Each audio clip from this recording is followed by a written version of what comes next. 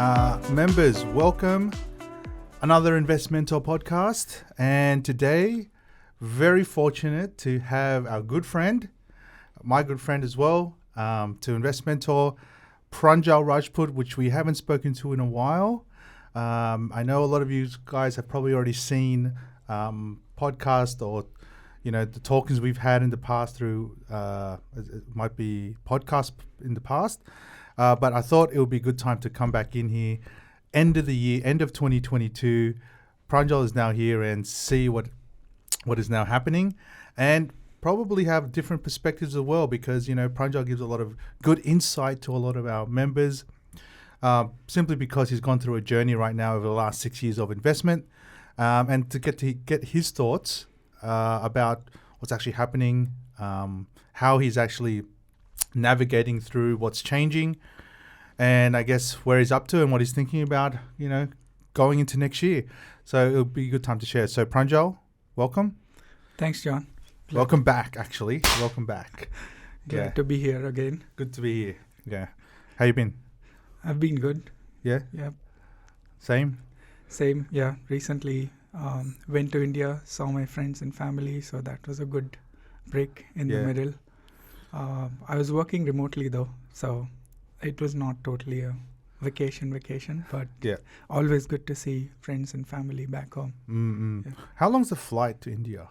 The direct one for me to Bangalore is about 12 and a half hours from Sydney. So that's a preferable route for us. Yeah.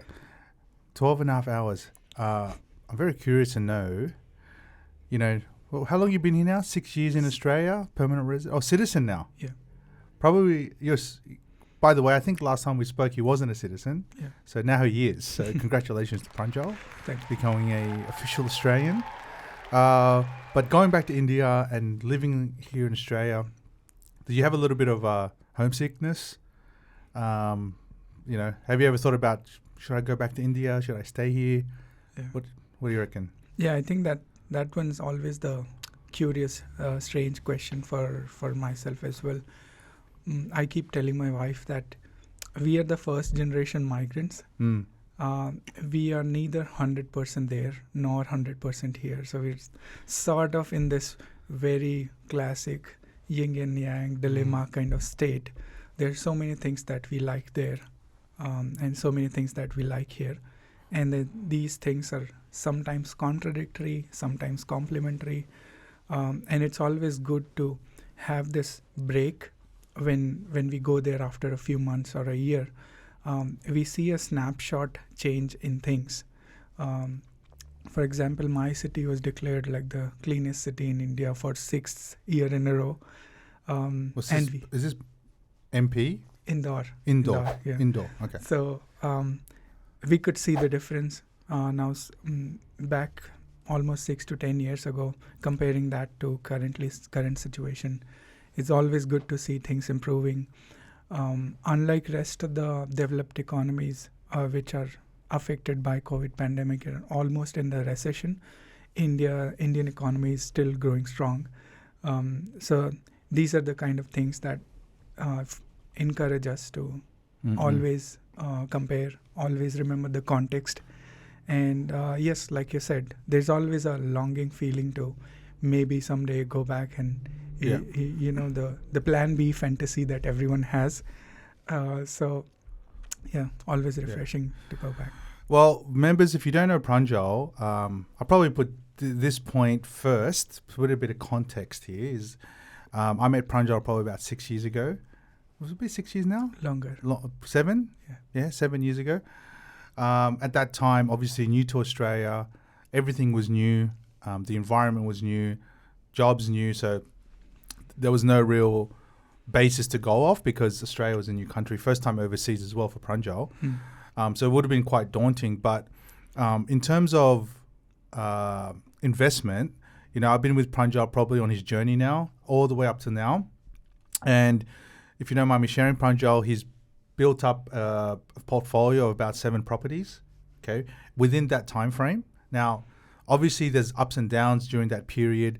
There's many things we had to navigate including deposits, including servicing. All of that actually had to encompass to where he is today.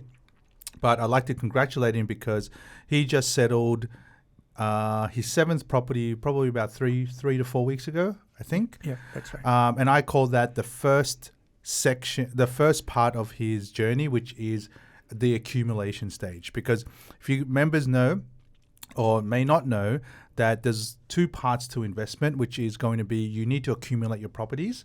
If you can accumulate them as fast as possible, even better. The quicker, the better. And now after you accumulate a certain amount of properties, and that all depends on your savings, your deposit. So for some people, that could be 7 properties. For some people, that could be 3, right? In a certain time frame. So we set out actually in the beginning, myself and Pranjal, to get 4 properties within 10 years. But now, as the journey's gone, it's now, 7 in 6. Okay, so the accumulation was pretty quick. And now, so because he's done that, and that's why I congratulated him, is what is the next steps for him? Because there are many options now that he can do. You know, there's consolidation. Like every investor must go through this. You accumulate, and then after a certain time period, you're going to have to reduce your debt, because a lot of your properties that you own are either 80% owned by the bank, 80 to 90%, 90, yeah. Right? So what you got to do now is try to reduce the debt to about 40 or 50% as time goes on. Okay, so in Pranjal's case, he's now past that point. Now, whether he wants to accumulate further and all his learnings in the last 7 years of investment, different interest rates as well when he started, all of that now is come to this point and saying, do I now accumulate further, or maybe I do something else? Which brings me to this point, which Pranjal recently told me or asked me, was, should I now buy my place to live, owner-occupier? Bum, bum. That's the question, right? Now, it's actually a good time to ask that question now after accumulation. Now, if he had asked this question 6 years ago and did that, that's a different story. He may not be where he is today. He may, we never know. But now is actually a good time to ask it because he's already built up that portfolio. And now it's just a matter of whether he wants to do that living or continue to invest, because currently he's still renting. Both of us are renting as well, so we're classified as rent investors. So my question to Pranjal, and maybe a lot of you guys want to know, and you, Jacob, as well, is what made you think about place to live instead of continuing your journey of investment? Well, I guess these two are not exclusive for me anymore. So I have a growing realization that I could consider a place of my own and still manage to invest further. What forced me to think about it is obviously the societal expectation is always there. My wife has a growing feeling that, okay, we should get a place now.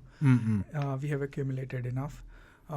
We are hoping our next baby early next year as well. So there's this strong homing instinct. Congratulations. That was very subtle. That was just put in there in a very subtle way. So congratulations, Pranjal. That's so exciting. Let's go back and rephrase. He just said he's expecting another baby by what? April next year. Okay, so listeners, let's all congratulate Pranjal on that second child. Okay, which I guess will form part of these, part of your thinking about, I've now got a second child. I'm going to have a second child. We probably need to find something to live in. Yeah. That natural. Human behavior, very natural. Anyway, sorry, continue. So I would have still considered to continue rent vesting, but I'm noticing there's a huge pressure in terms of rental availability as well. So it's not like how it used to be pre-pandemic. You show to a very mediocre type of apartments viewing, and there's almost 40 prospective tenants lined up. So that kind of environment is very uncertain. So you may start liking a certain place, but you may not get it. Personally, I don't like that level of uncertainty. So that's when I started thinking, okay, if rental is so uncertain and we are not finding suitable properties in that area to rent, is it possible for us to explore to own that place?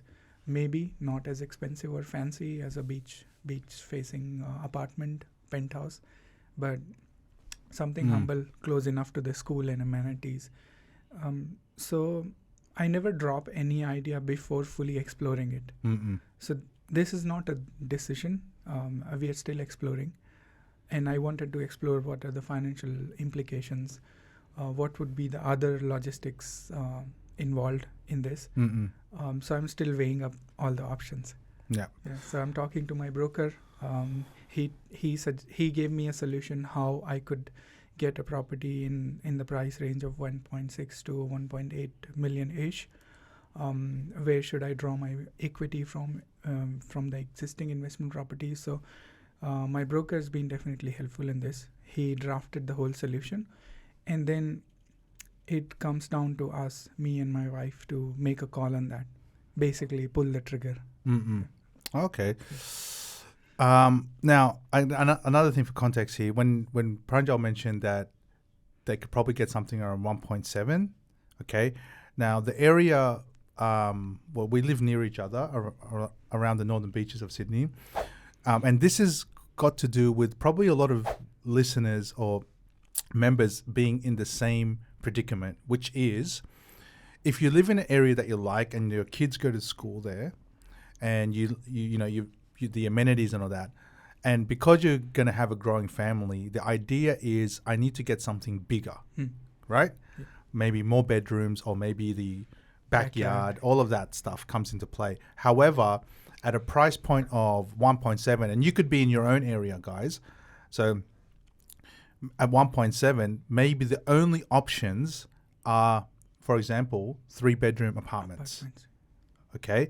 However, at that price, you could get a double-story, 4-bedroom, or even 5-bedroom home that's in the west or something, or the northwest of Sydney. Because at 1.7, that's a mansion in some places. So did it ever occur to you at that price, knowing that you want to what we call upsize, because you're renting an apartment, you need to upsize, but the upsize is you won't be able to get something you want in the area. Would you consider moving 45, 50 kilometers to where you are today for that big place? Yeah.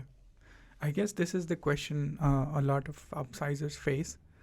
For me, the decision has to make sense as a whole.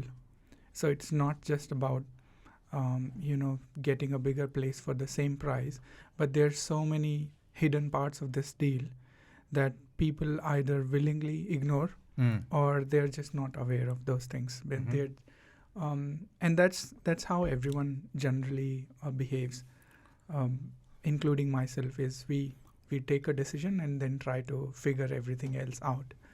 With house ownership, especially in those far off places, I think there are a few things which are not hard to guess, which is obviously your commute time increases. You may have to build new set of friends and relationships there and leave behind your existing circle here. Some of these points are non-negotiable for me personally. Okay. For a lot of people, it totally makes sense. They're comfortable leaving the area, changing the school for their kids, even upgrading the schools. Some of those schools are higher ranked than these ones. But for me personally, it doesn't fit well as part of the overall equation. So that particular idea of relocating to a far-off suburb, I have nearly dropped. So okay. So let's go back to that point, which is a good point to make, because it's a good starting point for a lot of people who are in the same predicament, even you, Jacob. What are, and I'll ask you as well, Jacob, what are your non-negotiables? That's the question. And, it's sometimes hard to think about that. Like if I ask Jacob, okay, go move to Campbelltown, right? However, the reason you don't do it is because there are some non-negotiables that you won't lose. Okay. Do you guys mind sharing? What are those? Any that you can think of right now? It could be, my son's school. It could be my friends, whatever. For me, it's basically there wouldn't be many places in Sydney that are like a no for me. I'd probably be be okay with most places in Sydney. Biggest thing for me would be like time to work. Obviously, we're based here in Willoughby, Investmentor, so Campbelltown to Willoughby is a bit of a trek. Yeah. But I think would be that, and like proximity to my family would be the two big things. Yeah. So you're not couple of non-negotiables there. Proximity to family. That's a hard one because your family's probably not going to move. Yeah. So you're almost saying to yourself, I can live within like a 10, 15K radius of where my family is. Yeah, but even still, like Campbelltown's not super far from. It is like it's, but it's like it's. I feel like, Well, we can drill that down, Jacob, and say what distance, because one of your non-negotiables is work, commute time, and family, which both is probably not going to move. Yeah. So, how far would you go now if they're your two non-negotiables? How much kilometers away from these two would you go? Yeah, probably. I think at max probably like 30 to 50. But that's a pretty long distance, far. Jacob. It's far. I'm 50 Ks. But one thing I learned over lockdown is you can still be in contact with people and still be able to do your job remotely. Like I've even toyed with the idea of moving overseas because there's that's the option still. But okay. No, what I meant is you could move to these locations, but what I meant is buying in those locations. Buying a property. But Jacob, 50 Ks, that is a far distance to go. Well, that's everywhere in Sydney. I feel like that's also a mentality that a lot of people my age have, right? Because could be. You need to I've looked at the idea of potentially moving to the Central Coast, like buying Central Coast, but even now it's probably not even an option. It's probably too expensive. Too expensive. Well, you can always buy a unit there. True. Yeah. Yeah. So, Pranjal, any non-negotiables? Not so hard and fast, set in stone type of non-negotiables, but yes, living close to the beach, preferably close to my friend circle, you guys within the northern beaches area. Commute to work, definitely important, because even though I'm almost fully remote, Archana is still going to office 2 days a week. Yeah. So that's important. I would prefer my son not to have to change school. So these are preferences, if you will. Yeah. Who knows, the market might change drastically and we might have to fine-tune our expectations and the preferences. So I think we should revisit this conversation, 6 months from now, when Pranjal's had his second child, and see what he actually did. Did he stay in the Northern Beaches? Did he buy his place? Did he continue to invest? What did he do? I love that so much. I'm so excited for that.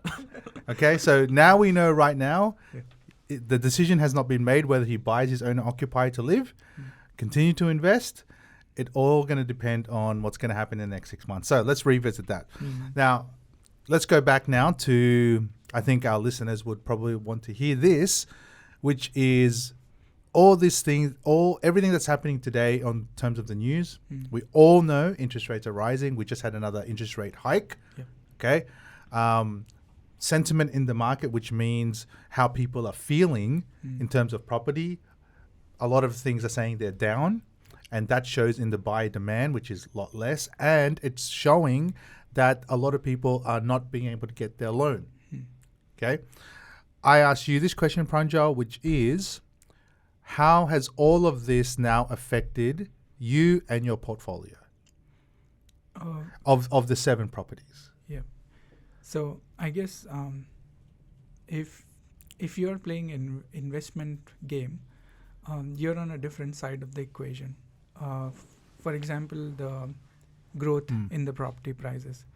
So we do have this formula when the prices are high, and you estimate it probably soften down, you refinance it, take your equity out, and park it in the offset. So that's the strategy when the prices are high.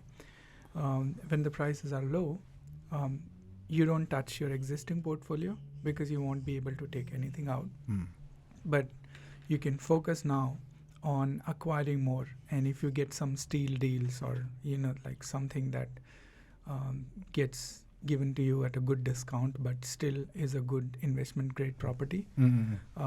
So investors generally, even outside of property investor circle, they're generally active on all parts of the cycle, whether market is going up or going down. Yeah. They're just doing different things at different parts of the cycle. Okay, let's just stop that for a sec, because that's a very good point, guys.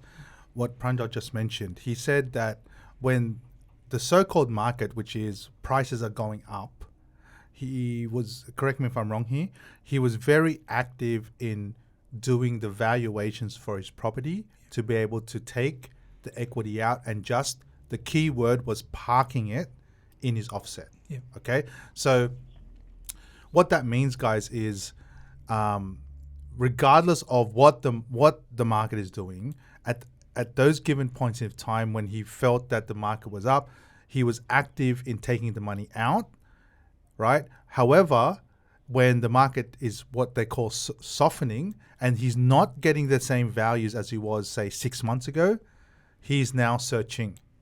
Am I correct? Yeah.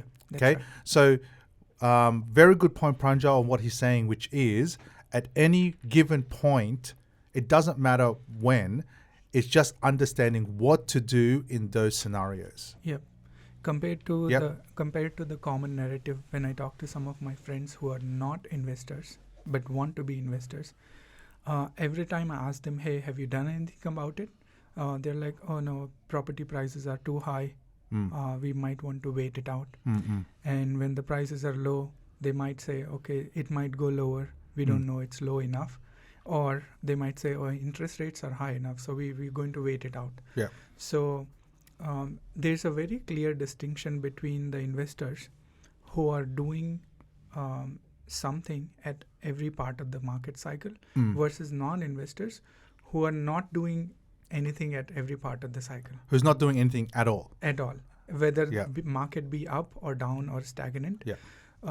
So that led me to, kind of hypothesize that it's not even about the economics. It's probably about the person's ability to pull the trigger. So. Well, that is the age-old saying, isn't it, Pranjal, that it's about people taking action. I know it's very cliche about this whole taking action part, but it actually, that's what it is. Because very good point that Pranjal just made there, Jacob, was at any point, whether the properties are going up or maybe it's softening and going down, he's still actively doing something, and it's not, he's not thinking about like everything else that's happening. He's just looking at his own scenario. When the prices are up, take the equity out, park it in your offset account. So that in preparation for if prices are going down, if they are, if there's an opportunity, he's ready to take it. Yeah.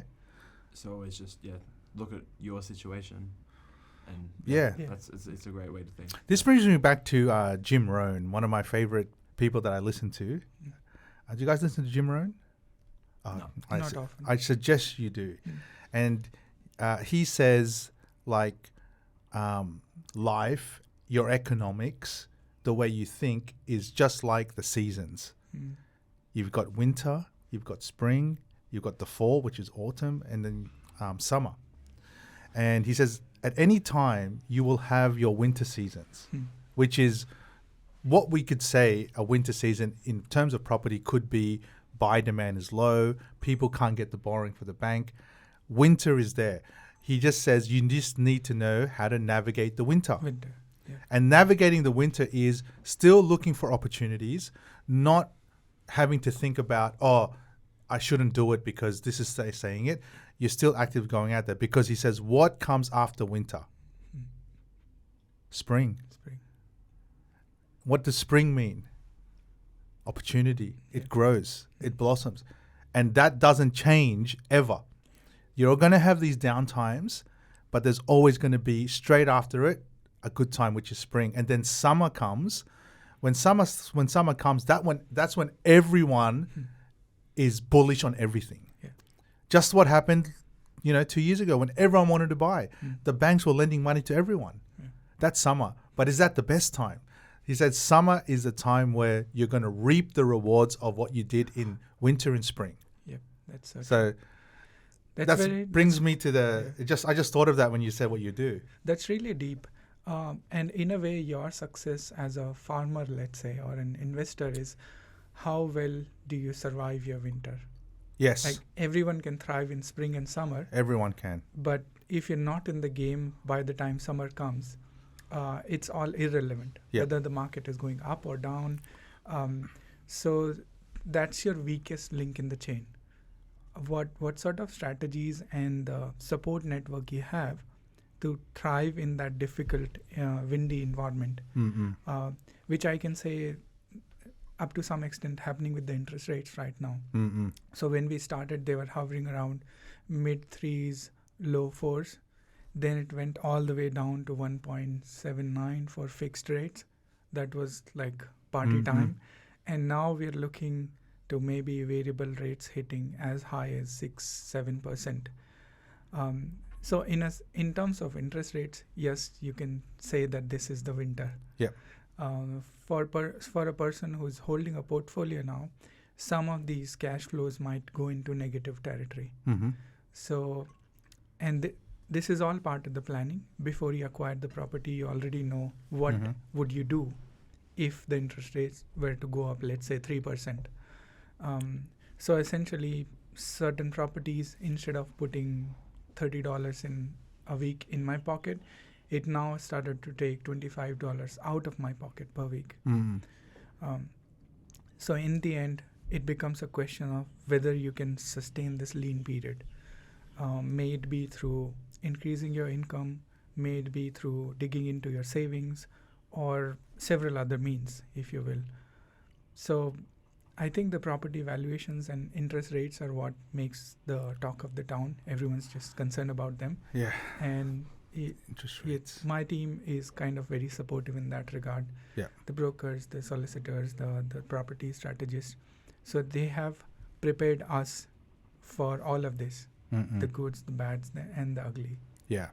Because, you're right. Like for investors where interest rates are going up, it could be the winter time right now.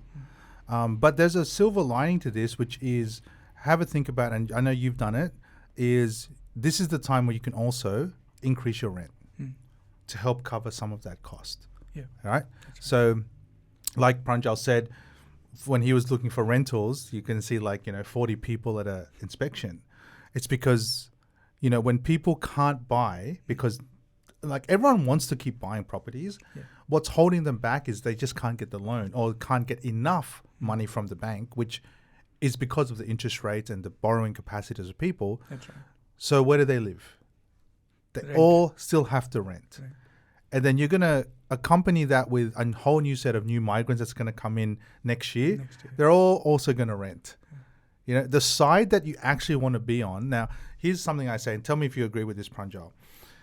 If you're experiencing right now your winter season of a 5.5-6% interest rate, which a lot of people are getting afraid of, it's going to happen again that we're going to see a 5-6-7% interest rate sometime down the line. Yeah. It could be 10 years from now, but we're also going to see interest rates probably drop. We just don't know when, right? I asked this question, and it's a good question for you, Jacob. Right now, today, the best people who are navigating this winter period are investors because, one, they can put their rents up to at least help cover it. If you're a homeowner and you're paying, $4,000 in your mortgage, and then it goes up 2 or 3%, you're almost paying double that amount per month. That is difficult, right? So, and then renters are also are seeing rental increases as well for renters. Not as bad as the homeowners seeing interest rate rise. So the question is, if you right now are wondering where or which side is best right now, my belief is the investors. Do you agree? Yeah. However, if you do nothing now, and then 10 years from now we see the same position, where do you want to sit? Do you want to be an investor? Because you've already experienced now. Yeah. So if you don't do anything now and it happens again, you're going to be in the same position 10 years from now. What you want to be is 10 years from now, you want to be on the side that says, look, I've now got 4 or 5 properties. So I can navigate this a lot easier than a lot of people. Yeah. Right? That's how I think anyway. It's not about the interest rates right now. It's a matter of saying, this is what it is. If it happens again, I'll be on the side where it benefits me the most. That's what I say. Yeah. I guess a lot of people actually kind of subconsciously believe that the game is rigged against them. And we don't have any control over it. The way economy functions, especially the way the land releases are happening and the developers and the whole housing availability is a problem. We can't influence that much. What we can do actually is play the game and not be the victims of the circumstances. Because if we sit on the sidelines, we're going to get steamrolled pretty easily. See, all these factors, they affect everyone directly. And housing is one of the most important thing that a person has.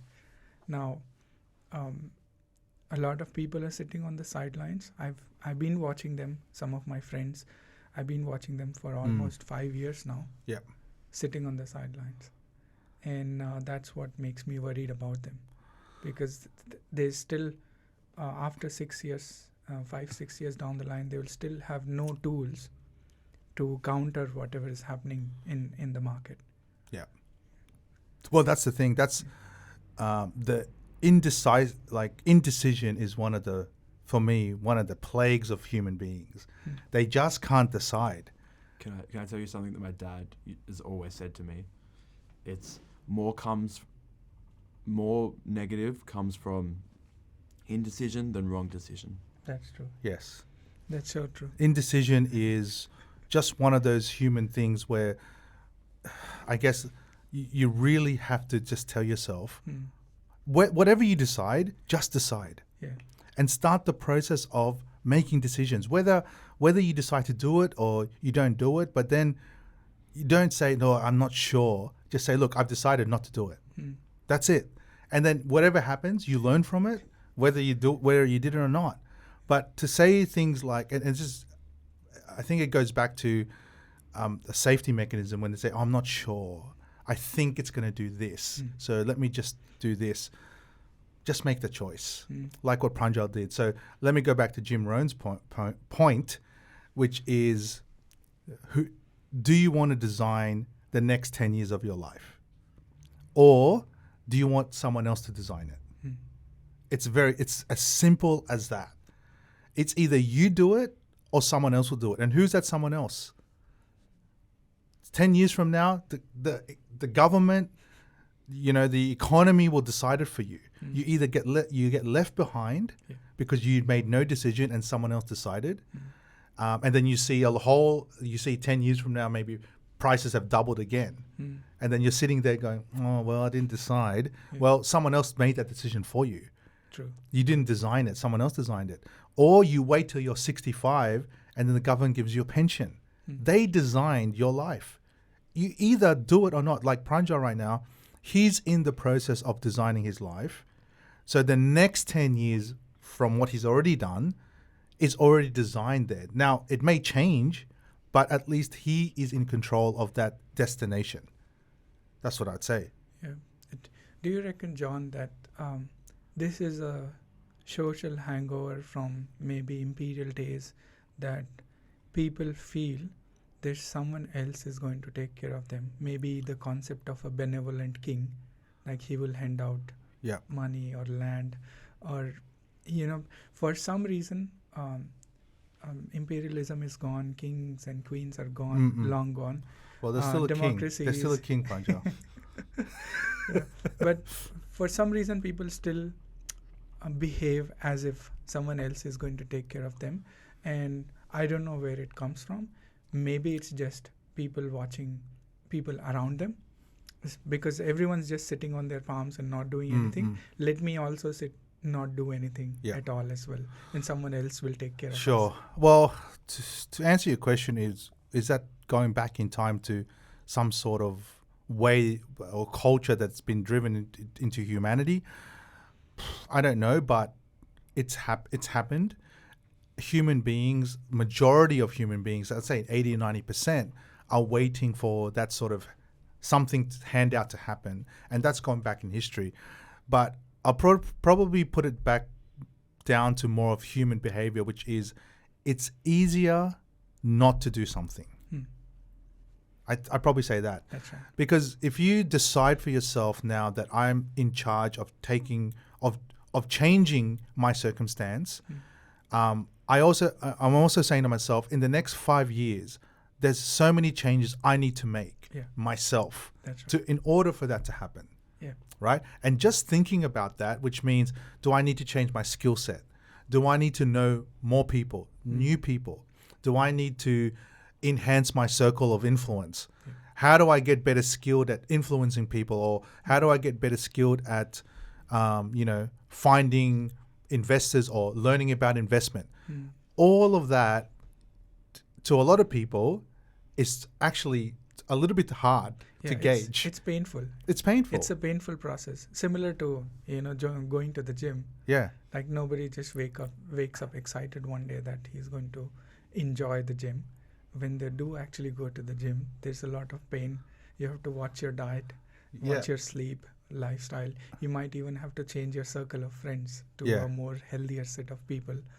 So I think change is painful, and I agree. People generally by design try to avoid change and pain. Yeah, because we're creatures of habit, and if you don't start out from the beginning and you're growing up and you're used to just working, going home, watching TV, and then doing it again, that habit can so creep up so quick, and then by the time you know it, you're 40 years old. Yep. And That's then right. only then, when you realize and you've got kids and you're still either renting or paying a mortgage, there's going to be some point in your life where you're going to think to yourself, I probably should do something. But then by that time, a lot of times it's you've gone through life already and you're like 40 or 45, and then you think of it. And that means time is actually running out, and then that's the time you thought about it. Again, let me bring it back to Jim Rohn, and this is the philosophies I always try to go by. And Jim Rohn says, the key for him on his learnings was, don't work harder on your job, work harder on yourself. Because, a lot of people, like for example, there's so much talk in Australia about minimum wage going up, right? We just had a new minimum wage go up this year from like, what was it, $20 to $21 or something like this per hour. However, if you're earning $20 today per hour, can you earn $21 anyway? It doesn't mean that someone else has to tell you that your wage can now go up $1. You can make it go up $50 if you want. Do you know what I mean? And then so many people agree to the fact that the minimum wage went up and almost celebrate it. Oh, it's really good. Like our wages are going up. But they can do that even without the government intervention. That's right. And that is working harder on yourself than your job. You know what I mean? So I put it out. Any books in that you've read that's actually helped you throughout the last 7 years of your investment, that's pulled you through some of those winter times? Well, I keep reading regularly, but some of the books that stood out for me, especially in relation to investing, is obviously the all-time classic, Rich Dad Poor Dad by Robert Kiyosaki. If you haven't read it, you must read it immediately. Then The Richest Man in Babylon, that one's quite good. Another relevant one is which I've recently read is Psychology of Money by Morgan Housel. Very Hang on, Pranjal. You read any of those, Jacob? No, I haven't actually. Okay. Rich Dad Poor Dad. I've bought. I'm yet to read it. Pranjal, if you could recommend a book Hmm. to young guys like Jacob over there, Yeah. or any other listeners watching, which book would that be? Just the one. Yep, Rich Dad Poor Dad. Rich That's Dad the Poor one. Dad? Rich Dad Poor Dad. Okay. Alright, I'll get on that. And surprisingly, every time I read it after an interval of 3 to 4 years, actually new meanings start emerging out of the same chapters. So that's quite a meaningful book and not very difficult to read and understand. So the guy goes through his life story. He tells about how his rich dad and like his uncle, he guided him through entirely different path compared to his dad, who was employee and kept telling him to study hard, get good grades, get a job and retire. So for youngsters, I think that's the most thought-provoking book that challenges everything that you have believed so far, especially the common narrative of studying hard and getting good grades and getting a job. That notion is quite outdated. Yes, job can give you income, but it might never help you thrive financially. That's the idea. Richest Man in Babylon is more sort of old classic that is there, but one should read it. The recent one that I'm suggesting is Psychology of Money. This is for someone who has already started investing, like some experienced people well into their mid-30s might have invested in shares or things like that. Unlike other books on economy and money, this book is very easy to grasp, very easy to digest. He talks in very day-to-day examples and something that will get the cobwebs out of your head, especially about things about money and how humans behave in the way they behave with respect to money and investing. So it's very good at putting a spotlight on your own blind spots as to why you as a person or as an investor would have done certain thing and how to break through from that script or the mold. So related to money, these 3 books I believe are absolutely essential. If you're considering about moving from employee to being self-employed or a business owner, there's another one by Robert Kiyosaki and his team, which is called Cashflow Quadrant. So up until now, all throughout our school age, we have been told that this is the purpose of your being. You study, you get good grades and get a job. But this book explains you that there are 3 other ways of making money and growing your wealth, which is a self-employed person, businessman, and an investor. And the book talks about the pros and cons of all these quadrants. So it opens up your horizon to a new world of possibilities. You realize that there are other ways to make money and become wealthier. So that's quite good as well. So I think these 4 should be a pretty good start. And there's plenty of other books. And we can obviously put the link in the show notes for these books and stuff. Apart from that, currently I just finished reading Sapiens, one of the very famous best-selling books. This guy is an anthropologist and historian. He talks about everything that happened to human race since we were like hunter-gatherers, and how language evolved and how social structures evolved, and how religion played a role, and how politics and money and everything. It's a very fascinating book into and a very easy to understand summary of human history. So that's been very empowering to read. So if any of you are into reading and like to find out how humans end up where we are right now, Sapiens is the book to read.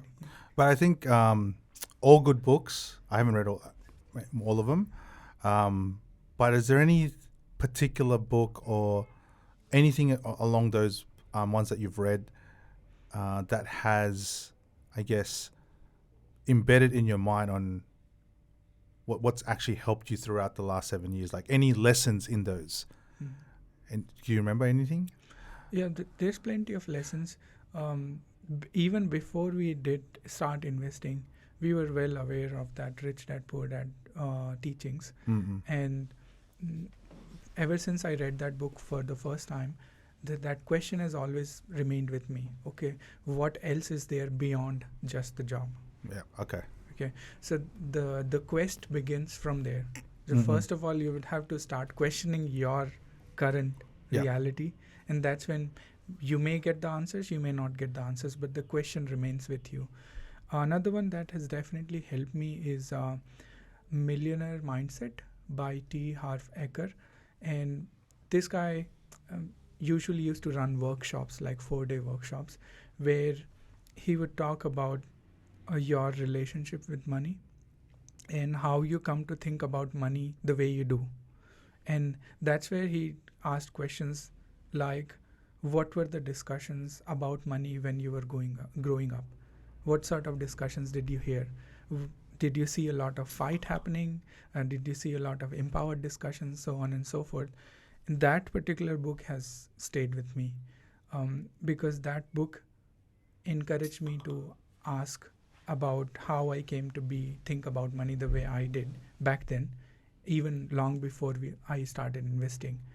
And it led to a lot of introspection and looking back at my childhood and what sort of beliefs did we just inherited from our parents and our surrounding.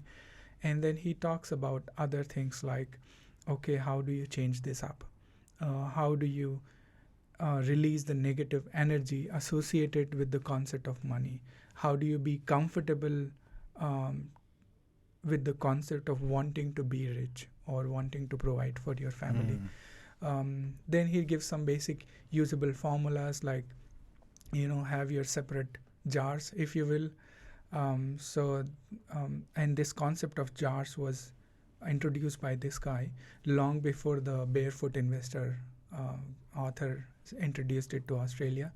So quite empowering in that regard, especially for people who are just getting started. So, okay. I like to leave this point. Everyone's talking about affordability for houses. Like everyone, I guess, who's not doing anything now is either A, hoping that the prices drop so that they could somehow get something that they believe is cheaper, or B, they're not making that choice because I guess they just can't, they don't have a deposit or they can't borrow. Now, regardless of what all this news is saying with the interest rates and all that, there was also another article that came out yesterday, I think, or 2 days ago. And this is the more, I think, telling piece of evidence about affordability. Right now, the listings of houses that are under 600,000, right, is the lowest it's been since, it's the lowest it's ever been, I think it was.